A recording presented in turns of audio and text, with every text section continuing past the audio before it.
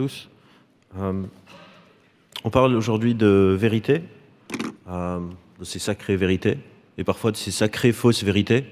Et c'est un peu un paradoxe comment une vérité peut être fausse. Genre le sens même du mot fake news, par exemple. Une nouvelle n'est pas une vérité, mais une fausse vérité, c'est une sorte de paradoxe. Et pour comprendre ce paradoxe, je pense que ce serait pas mal qu'on commence par un peu définir qu'est-ce qui est vrai. Parce que est-ce que toutes les vérités se valent ou pas?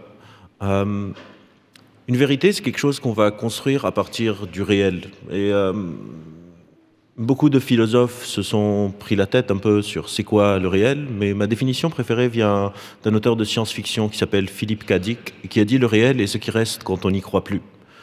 Et donc, le réel, le vrai, semble être en étroite relation avec nos croyances, avec nos opinions. Et nos croyances et nos opinions, le réel, passent tout le temps par un filtre. On n'a jamais vraiment accès au réel. Ce filtre, c'est un peu notre cerveau. Donc, pour comprendre un peu comment se font ces différentes vérités, on a besoin de s'intéresser un peu au fonctionnement de ce qui se passe là-haut. Parce qu'il y a plusieurs types de vérités quelque part. Il y a la vérité objective, dont on parlait il y a quelques instants. Qu'est-ce qui se passe dans le corps? Comment se déplacent les astres? Est-ce que cette table existe? Et puis il y a une autre vérité qui est la vérité subjective, la mienne. Est-ce que je décide de croire ce que dit un médecin ou ce que je vois sur une chaîne YouTube? Et ces deux vérités ne sont pas similaires. Le problème, c'est que dans notre cerveau, on n'a pas vraiment des étiquettes qui peuvent séparer les deux. Une personne qui croit que les vaccins causent des maladies elle ne sait pas qu'elle est en train de croire à une fausse vérité. Pour elle, c'est sa vérité. Si j'ai un membre de ma famille qui me dit « il ne faut pas que tu te fasses vacciner », c'est parce que pour elle, c'est vraiment vrai et probablement, elle est vraiment inquiète pour moi. Elle a peur pour moi. Ça vient d'une bonne intention quelque part. Et je rejoins complètement ce constat qu'une grande partie de ces personnes qu'on dit anti-vax, la défiance ne vient pas seulement d'elles. Le problème où cette vérité un peu se noie, c'est qu'on a tendance à croire que la vérité, c'est quelque chose de binaire. Soit une information est fausse et soit une information est vraie. Mais en fait, le vrai est relatif. Isaac Asimov a écrit d'ailleurs un texte qui s'appelle La relativité du vrai, où il explique, ou plutôt la relativité du faux, il avait appelé ça, où il explique qu'on peut être, quelque chose peut être vrai à 10%, à 15%, à 30%, à 50%, qu'en fait, on ne peut pas vraiment mesurer quelque chose de vrai sans une mesure d'incertitude. En statistique, on dit même qu'une mesure sans mesure d'incertitude est irresponsable. Si vous ouvrez n'importe quel article scientifique, vous allez avoir des facteurs de confiance. Combien est-ce que je crois que ce que je suis en train d'affirmer a une chance d'être vrai ou a une chance d'être fausse? Je pense que c'est là que se jouent un peu ces fausses vérités. C'est qu'on a donné une impression de binarité du vrai. Et cette nuanciation est en train d'être perdue. Or, pour notre cerveau, on a besoin de très souvent prendre des décisions. Et contrairement à ce qu'on pourrait croire, notre cerveau fonctionne avec des moyens assez limités. Par exemple, aujourd'hui, ça fait peut-être, 3 heures que vous êtes là, vous n'avez pas retenu tout ce que vous avez entendu. On ne se souvient pas de tout. Notre cerveau fonctionne un peu comme un conteur d'histoire. D'ailleurs, je vous recommande le super livre de Lionel Nakache, Le cinéma intérieur, qui reprend vraiment ces mécanismes d'histoire. Et ces histoires qu'on se raconte viennent de quelque part. On a besoin de créer tous des sortes de modèles mentaux de comment les choses fonctionnent dans notre tête. Vous avez tous des récits, des histoires sur comment tout ce que vous avez déjà rencontré au cours de votre vie fonctionne. Comment fonctionne votre couple ou votre célibat, comment fonctionnent vos enfants, comment fonctionne la société, comment fonctionnent les sujets scientifiques, comment fonctionnent les vaccins.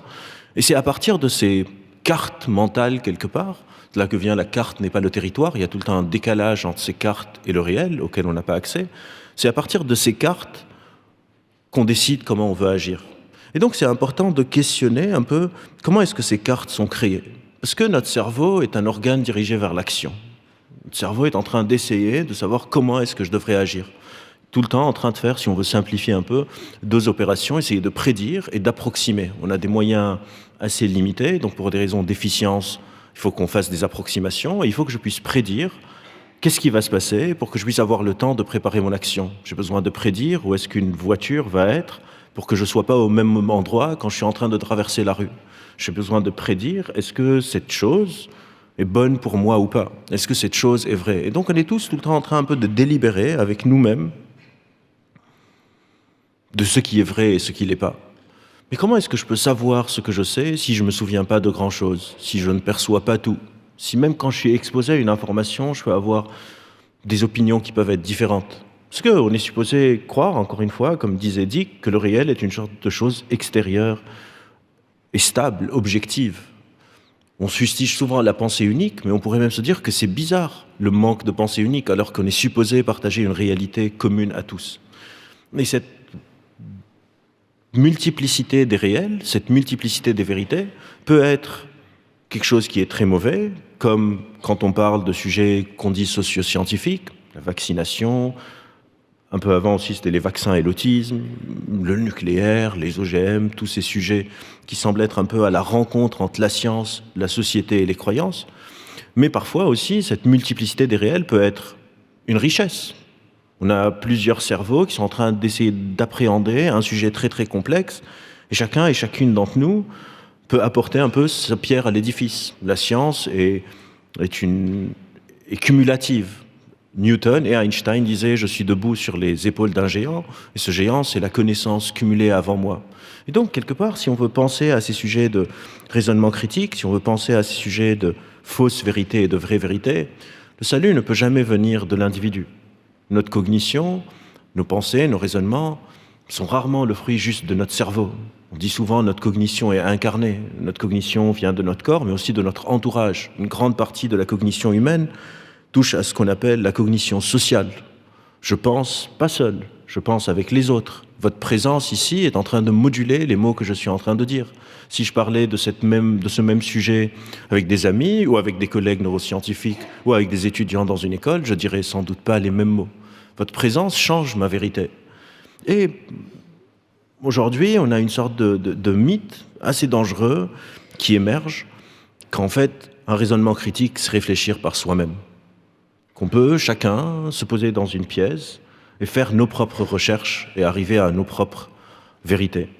Et ça, c'est une sorte d'intuition qui est très séduisante, mais qui est aussi très dangereuse. Je pense vraiment qu'une des idées les plus dangereuses qu'une personne pourrait avoir, c'est de se dire si tout le monde était comme moi, le monde irait mieux. Je sais que c'est une croyance qui semble être très très partagée, mais qui est vraiment dangereuse. On ne veut pas être des moutons. Mais c'est quoi vraiment être des moutons? C'est quelque part aussi déléguer une partie de ma cognition aux autres. Et il y a deux manières d'être des moutons. Il y a une manière qui est pas très souhaitable. Le mot technique pour cette manière, on appelle ça la conformité normative. C'est quand je me conforme aux autres parce que j'ai pas envie de sortir du lot, parce que j'ai peur de leur jugement, parce que j'ai peur d'affirmer une opinion. Je sais pas, je vais au ciné et tout le monde me dit le film était nul alors que moi je l'ai bien aimé et je ne dis rien. Et dans ce cas-là, effectivement, c'est pas une très bonne conformité. Mais il y a une deuxième conformité qui, elle, je pense, manque cruellement et qu'on appelle la conformité informationnelle. La conformité informationnelle, c'est quand j'ai quelque part une sorte d'humilité de reconnaître qu'une autre personne a une qualité, une information de meilleure qualité que la mienne. Que quelque part, j'ai tout avantage à suivre cette opinion. Et cette conformité, on la fait quotidiennement sans aucun problème quand il s'agit d'objets. On n'entend jamais personne qui se dit « je vais faire mes propres recherches et construire mon propre ordinateur. J'ai pas construit ce micro, j'ai pas cousu mes habits, j'ai pas fabriqué mon téléphone. Je me suis conformé à un autre. J'ai fait confiance que cet autre saurait construire un immeuble mieux que moi. » Mais quand on passe dans le monde des opinions, dans le monde de ces vérités, là on n'a plus envie. On veut penser par soi-même.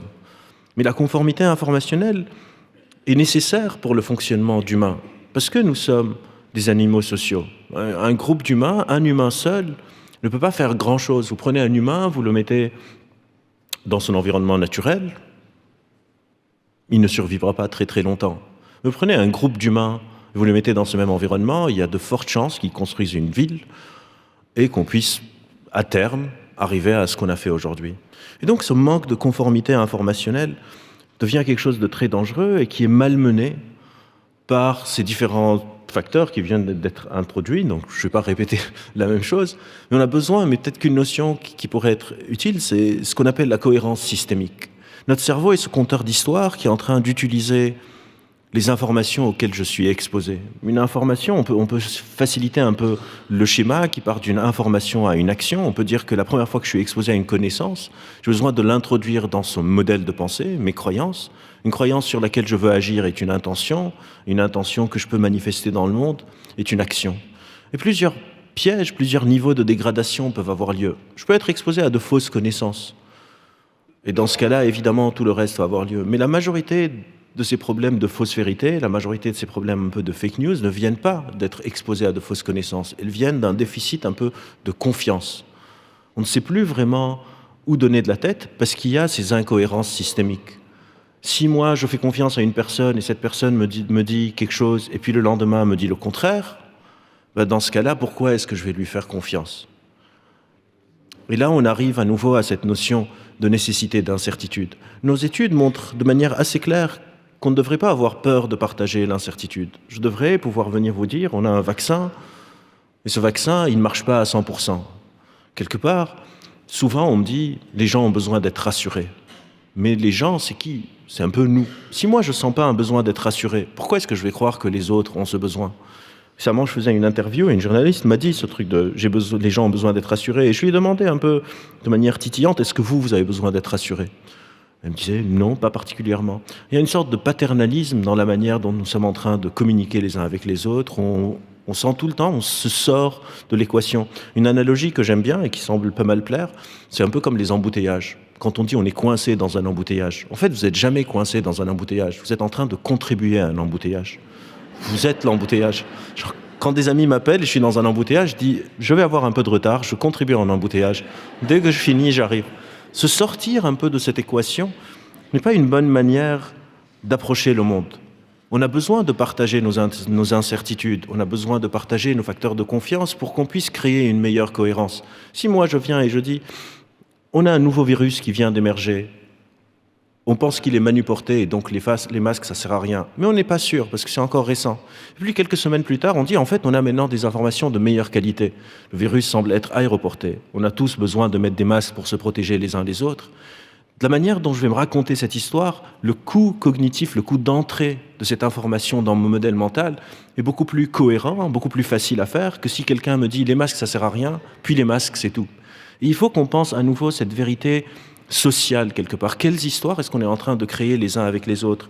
Parce que je pense que la seule alliée de la vérité est tout le temps le doute.